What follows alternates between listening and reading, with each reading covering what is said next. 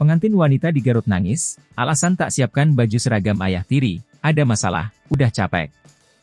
Viral pengantin wanita menangis di hari pernikahannya.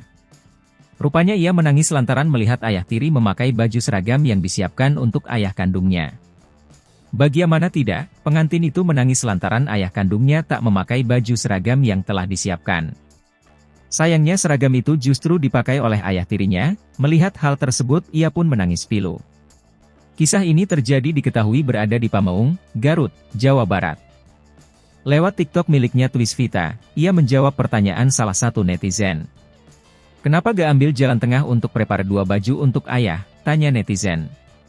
Pengantin itu menjelaskan sebelum ia menikah ternyata sudah ada masalah dengan ayah tirinya. Bahkan ia mengaku sempat beradu argumen dengan ayah tirinya. Dalam video tersebut, tampak suasana akad yang berjalan hikmat pun seketika dibanjiri air mata.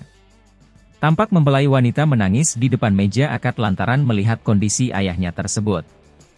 Sementara itu sang ayah serta pemandu acara jalannya akad pun tampak berusaha menenangkan wanita tersebut. Sambil menggenggam tangan putrinya, sang ayah tampak memintanya untuk berhenti menangis. Mempelai wanita menuturkan menangis lantaran sang ibu enggan mengenakan seragam yang sudah ia siapkan bersama ayah kandungnya.